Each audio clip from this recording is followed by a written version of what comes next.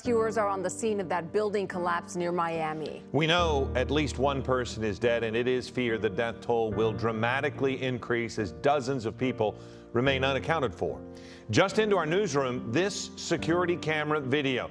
Now, remember, this is from an adjacent condominium. Stunning. It captured the moment of the collapse, a 12-story complex simply turning to rubble. It almost looks as if it was an intended implosion. It almost looks as if it was an intended implosion.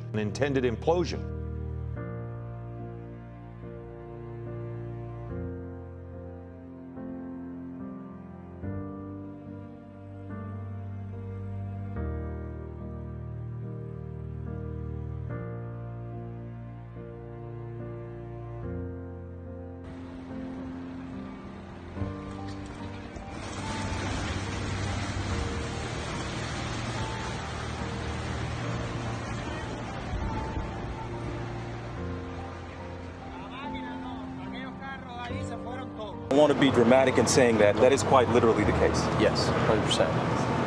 About 15 feet away. Why you guys? Why that type of close encounter with death, literally? Why you guys? I don't know. I mean, it's just faith. I mean, it's unfortunate. I mean, but they're in it now in the daylight, seeing the damage and knowing you got out of there. Again, this is a vacation home. Your parents' place. You all come down here every once in a while. And Mom, you said you weren't going to say much, but your face and your reactions and hearing the story, I can see the emotion. And I've had someone else just lay eyes on it, and they are kind of overcome just to see what.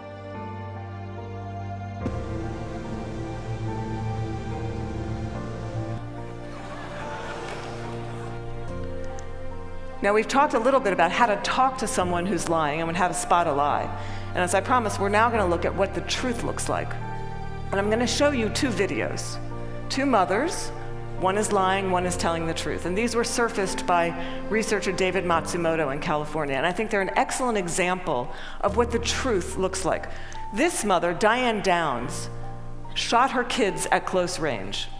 Drove them to the hospital while they bled all over the car. Claimed a scraggy-haired stranger did it. And you'll see when you see the video, she can't even pretend to be an agonizing mother. What you want to look for here is an incredible discrepancy between horrific events that she describes and her very, very cool demeanor. And if you look closely, you'll see duping delight throughout this video. But at night, when I close my eyes, I can see Christy reaching her hand out to me while I'm driving, and the blood just keep coming out of her mouth. And that, maybe it'll fade too with time, but I don't think so.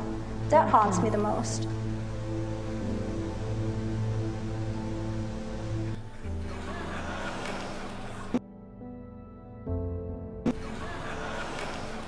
She's crazy about her family and very, very social. Probably the most popular person that I know. And tell her.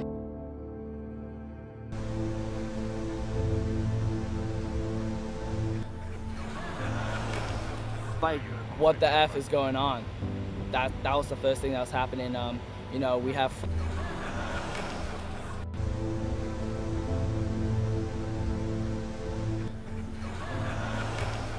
I was able to hear the boy that was pulled from the rubble yelling. As I got closer, I was able to see his hands sticking through the rubble, you know, waving. And as he was yelling, I responded to him, and I began to climb, you know, the debris to try and get to him. I was in flip-flops at the time, so it made it a little bit difficult to get up.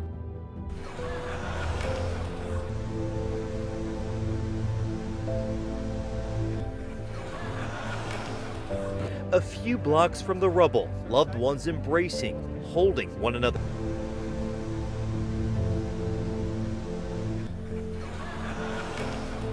Shooting victim Gianna Baca is visiting a special patient, her identical twin sister.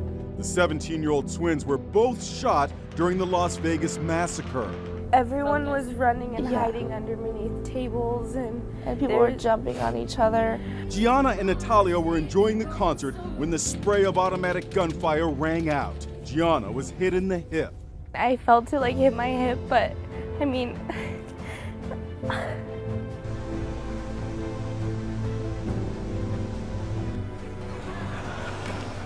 really didn't have very much reference of what the collapse looked like, except for what was being shown on TV. But all that changed just today.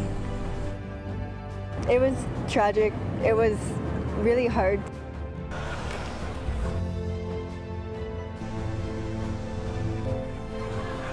See up close. There's a lot of rubble. Amelia Cordoza and her sister, Anisabella, saw what's left of Champaign, and the Cordozas aren't the only ones who took the opportunity to visit the site. The first time that I went to the site, I knew her apartment wasn't there, so I was devastated. Nicole on at peace because I know they accepted Jesus as their savior, and they are both in heaven right now.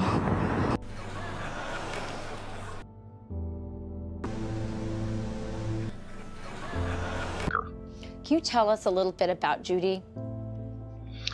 Of course. Absolutely. My mom means the world. My mom means the world.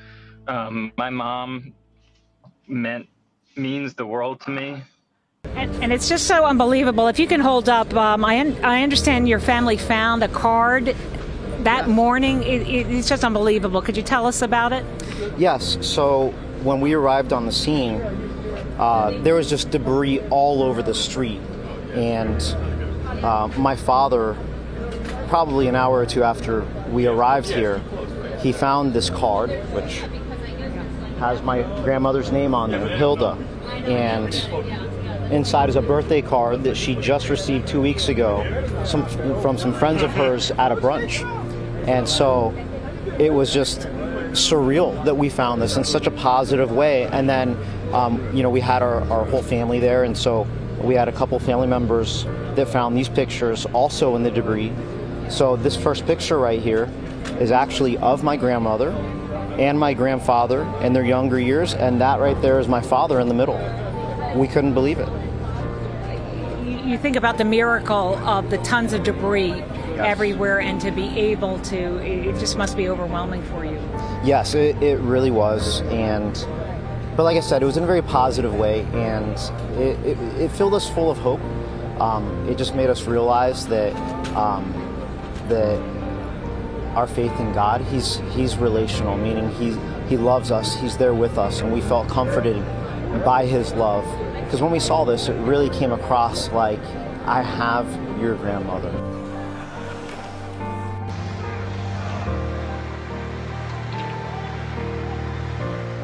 Hijacker's passport was found blocks from the World Trade Center crash site, if you can believe that. Officials found a passport belonging to one of the terrorists. That was apparently found a couple of blocks away, because when one of the planes, or the first plane, slammed into the tower, you could see it on the video, in fact, debris flew out the other end.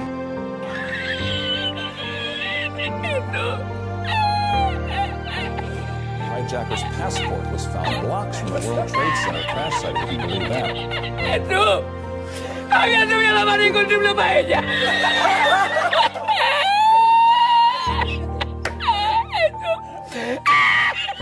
And it's just so unbelievable. If you can hold up, I understand your family found a card that morning. It's just unbelievable. Could you tell us about it? Yes, so when we arrived on the scene, there was just debris all over the street. And my father, probably an hour or two after we arrived here, he found this card. No, there's a clip that's going around right now, and I can get that to your person if they need it. But it's in slow motion, and it's almost like a timed demolition. It's the most upsetting thing you're going to see, and there's a huge portion of that building in the rear. Of course, that's where the biggest part was, because that's where the ocean is, and it just all came down. One part came down first, and then the other part stood up there for a few seconds, and then that came down. We showed that video last hour on the Faulkner Focus, and I'm going to ask our team here on Outnumbered to roll it as soon as we can. And it's almost like a timed demolition.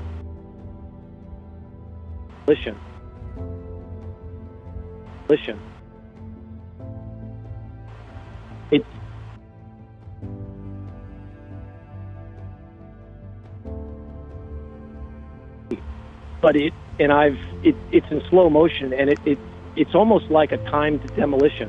Whether she's in the rubble or whether she's with me, she's okay, and we found a lot of comfort in that. You still hold out hope that maybe Hilda might be there alive? Absolutely. I mean, this is not over yet. This is ongoing. I mean, our first responders have been doing such an amazing job. We've had a front row seat. We've been watching. Okay, there hasn't been one rescue worker trying to actually take off debris, little by little, even by hand, without machines, to actually get, people potentially removed.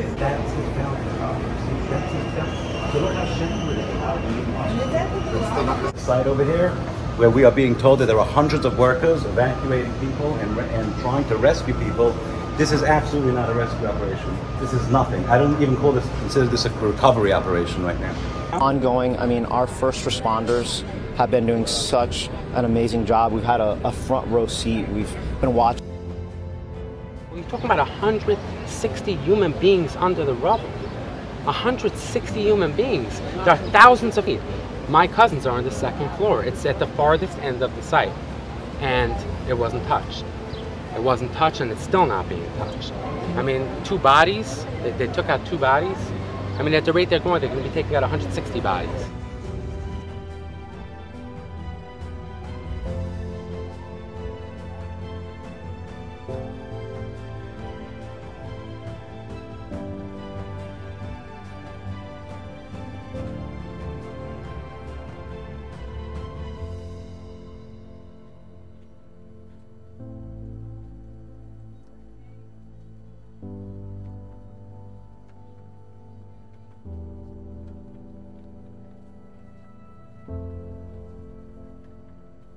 Our world is lit up 24 hours a day. It's transparent, with blogs and social networks broadcasting the buzz of a whole new generation of people that have made a choice to live their lives in public. It's a much more noisy world.